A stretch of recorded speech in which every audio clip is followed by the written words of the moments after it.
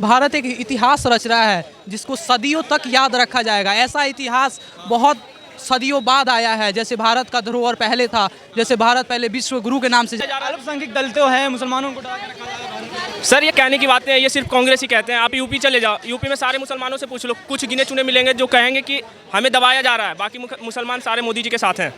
मुसलमान को तो बुलडोजर है, उजाड़ने की प्रक्रिया है, जेल भेज रहे हैं, उसको स्कूल में पिटवा रहे हैं। कि लालू यादव, नीतीश कुमार, ममता बनर्जी बीजेपी में कम है या ज्यादा? नहीं, बहुत कम है। क्या नाम है आपका भैया? मेरा नाम विकास हिंदू है। क्या लगता है 2024 में किसकी सरकार बनेगी? एनडीए की सरकार बनेगी। क्यों देख लीजिए, अब भारत एक इतिहास रच रहा है जिसको सदियों तक याद रखा जाएगा। ऐसा इतिहास बहुत सदियों बाद आया है। जैसे भारत का धरोहर पहले था, जैसे भारत पहले विश्व गुरु के नाम से जाना जाता था, अब भारत को भी विश्व गुरु के नाम से जाना जाएगा। कह रही है कि ऐसा नहीं है कि 2014 के बाद भारत आज़ाद हुआ है, 2014 से पहले भारत आज़ाद। मैं आपको बताता हूँ, मानता हूँ भारत 1947 में आज़ाद हुआ, लेकिन 2014 में बताऊँ कौन 2014 में हिंदू आज़ाद हुए हैं। बीजेपी कह रही है 2014 के बाद भारत आज़ाद हुआ, ऐसा है क्या? सर उनका कहने का मतलब, जिस तरह से लोगों को दबाया जाता था उनको, जैसे आप अभी रिपोर्टिंग कर रहे हैं तो पहले आपको इतना अधिकार नहीं था कि आप किसी भी सरकार के प्रति आवाज़ उठा सकते हैं, लेकिन आज आप उठा रहे हैं। आपको ही पता है कि भारत आज़ाद हुआ है, पूरी तरीके से 1947 में नहीं हुआ था जितने अब हो रखा। कांग्रेस कह रही है दलितों को दबाया जा रहा है।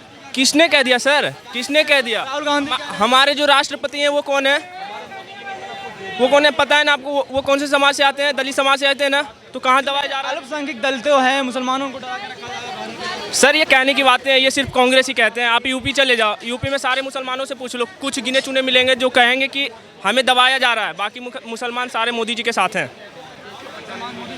बिल्कुल सर। तो कह रहे हैं ओबीसी के साथ हैं। अरे सर बोलते हैं ना, ये कहने की बातें और सुनने की बातें, दोनों में बहुत फ़र्क है। मैं कह रहा हूँ, आप सुन रहे हो ना, लेकिन वो कहते कुछ है और सुनते कुछ और है। एडिट करने के बाद कुछ और हो जाता है। वो सुनते कुछ और है। बिल्कुल, जनता की आवाज़ नहीं सुनते। बिल्कुल नहीं सुनते। वो अभी जो भारत जोड़ो यात्रा करके जनता की आवाज़ तो सुन रहे हैं। अरे वो अभी कुछ दिन पहले ही राहुल गांधी ने बोला है कि हम भारत जोड़ो यात्रा दोबारा से शुरू कर रहे हैं, 2 अक्टूबर से शुरू होने वाला है। तो आप ये बताओ, आप भी एक पत्रकार हो, आपको तो पता ही होगा, क्या भारत टूटा हुआ है? नहीं टूटा हुआ है ना, तो फिर भारत जोड़ो यात्रा किस काम का सर? लोग घूम रहे हैं। हम भारत जोड़ो यात्रा के थ्रू हम हर एक जनता से बात कर रहे हैं, उनकी आवाज़ सुन रहे हैं, उनकी जो उनकी तकलीफ है वो सुन रहे हैं। तो सर आप जनता से बात कर रहे हैं, ठीक है, तो जनता से बात करने के लिए कैमरा इतना डरी क्यों है बीजेपी वाले? बीजेपी कहाँ डर रही है? भारत जोड़ो यात्रा कैसे हो गया? आप कैसे इसको भारत जोड़ो का नाम दे सकते हैं? क्या भारत टूटा हुआ था? अगर भारत ही जोड़ रहे थे तो क्या देश अगर 1947 में आज़ाद हुआ तो उससे पहले ये क्या कर रहे थे? उससे पहले क्यों नहीं भारत जोड़ो किए? इतनी सरकार थी इनकी, 50 वर्ष से अधिक इनकी सरकार रही, क्यों नहीं भारत जोड़ना है ना, तो जो कश्मीर से पीओके अलग करके दिए हैं उनको लाए भारत में, जो सियाचिन को दिए, मतलब जो चीन को कुछ जगह दिए वो वापस लाए, वो भी कांग्रेस ने दिया है। अरे बिल्कुल दिया, नेहरू जी ने अपने वो दान में दे दिया। बोलो भाई इस हिस्से में कुछ है ही नहीं, सूखा जमीन है, उन्होंने दे दिया। तो किसकी सरकार? 2024 में, पहले 2023 की बात कीजिए ना। नहीं 23 में 4 स्टेट में चुनाव है, जय बजरंग बली कहेंगे तो 4 स्टेट तो हम तो जीत जाएंगे। कहाँ जीत रहे हैं? राहुल गांधी कह रहे हैं हम तो जीत रहे हैं। कोई आदमी कहता है कि हम हार रहे हैं, कैंडिडेट का भी कहा है जिसका जमानत तो हो जाएगा तो कहेगा कि चुनाव। जोड़ो यात्रा पहला किया था उन्होंने, कर्नाटक जीत लिया, दूसरी बार भारत जोड़ो यात्रा हिमाचल जीत लिया। अभी देखिए सीधी सी बात है, बीजेपी का जनाधार घट रहा है। ये नया हिंदुत्व कार्य छोड़ रहे हैं, इनको नहीं छोड़ना चाहिए। ये जो चुनावी घोषणा पत्र जो लाते हैं ना, वो काम इनको कहना चाहिए। कार्य छोड़ रहे, हिंदुत्व कार्य, एक प्रधानमंत्री हिंदुत्व कार्य पे ही फोकस करेगी। मतलब बीजेपी हिंदू पे ही चलती है, मतलब हिंदू ही जिता क्या और कोई का? बस मुसलमान वोट नहीं देते। मुसलमान को तो बुलडोजर है, उजाड़ने की प्रक्रिया है, जेल भेज रहे हैं, उसको स्कूल में पिटवा रहे हैं। कहते हैं हम भी उनको वोट देते हैं, लेकिन हमारा ख्याल आना पड़ेगा, मजबूरी है। जब किसी को प्रेशर पड़ता है ना, तो उसको डर से हो, ईडी सीबीआई जो भी डर हो, अजीत पवार की तरह जब जेल जाने की नौबत आएगी तो रातों रात बीजेपी में शामिल हो जाइए। आप निश्चिंत हो, पाक साफ वॉशिंग मशीन है, वो एकदम क्लियर। कांग्रेस में जो वो मतलब कि उनके ऊपर जो ईडी की जांच हो, वो बीजेपी में आ जाए, साफ हो जाए। साफ हो गए, बहुत हो गए ना। वो तो है क्लियर है वो। अगर आप पर कोई जांच का अगर वो आपको उनका खबरी लाल सब घूम रहा है, वो जाके कहता है ओ अजीत पवार कहाँ चचा भतीजा के फेरा में छो, जल्दी शामिल हो जा, कल ईडी सीबीआई का रेड होगा। ये जो जज फैसला देता है कि कल से बुलडोजर नहीं चलेगा, उसका ट्रांसफ़र कर देते हैं। तो ये तो ओपन है, ये तो ओपन की सरकार है। इसमें तो भाई या तो चुप रहो या उनके फेवर में बोलो या पाक साफ रहो। बीजेपी जो पार्टी है वो विपक्ष को डरा के रखती है। ये सब कहने की बात, इसका 100 उदाहरण है, इसका 100 उदाहरण है जी। कि अगर जैसे मध्य प्रदेश में कांग्रेस की सरकार बनी, ये 22 MLA को बोले कि इस्तीफा दो, क्या ये लोकतंत्र की हत्या है कि नहीं है? है ना हत्या हो। कोई जीती हुई सरकार है, सरकार बन गई, मंत्रिमंडल हो गया, अब आपको है 22 आदमी इस्तीफा दो ले तो ईडी सीबीआई का रेड होगा तो वो जेल हो जाएगा। तो क्या करना होगा? इस्तीफा दो और तुम सबको मंत्री बना देंगे, हो गया इस्तीफा दे दिया।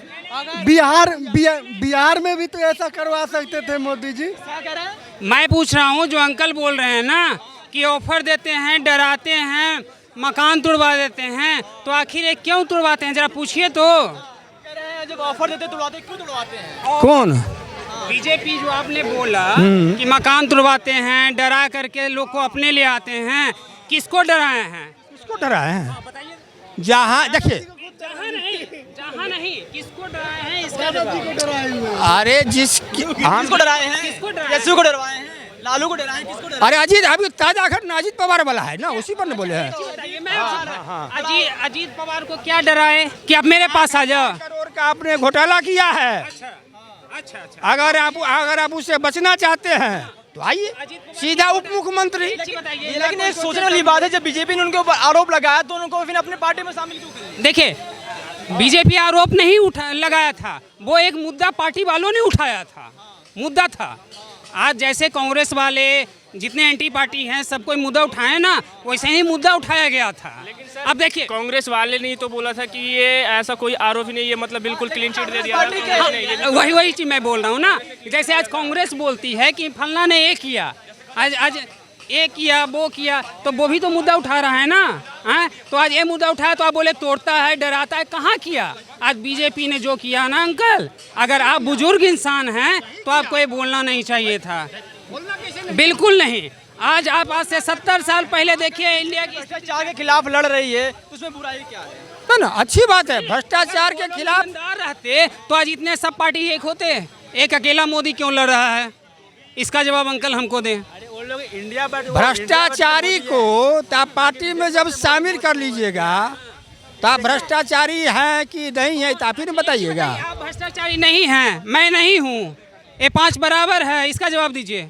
लेकिन हाँ, कोई कम कोई ज़्यादा, हैं? कोई पूरा खा रहा है, कोई 25 पैसे खा रहे हैं। कह रहे हैं बीजेपी में भी भ्रष्टाचार है, सब जगह है भ्रष्टाचार, सब जगह है, लेकिन कहीं कम कहीं ज़्यादा। बट ये नहीं कि लालू यादव, नीतीश कुमार, ममता बनर्जी बीजेपी में कम है या ज्यादा है? नहीं, बहुत कम है, माइनर हैं उसमें। नहीं, उसमें भी कुछ लोग हैं जो कि कुछ हैं, बट लेकिन ऐसा नहीं जैसे नीतीश कुमार, लालू प्रसाद यादव, आज हमारे केजरीवाल जी हैं, बहुत लोग हैं, ममता बनर्जी अपने भतीजे के लिए कर रहे हैं। आज क्या बताइए ना, मोदी जी क्या कर रहे हैं अपने बच्चे के लिए? और बताइए, उनके पार्टी का किसी का नाम आप ले लीजिए जिन्होंने कुछ किया है, ये बता दीजिए।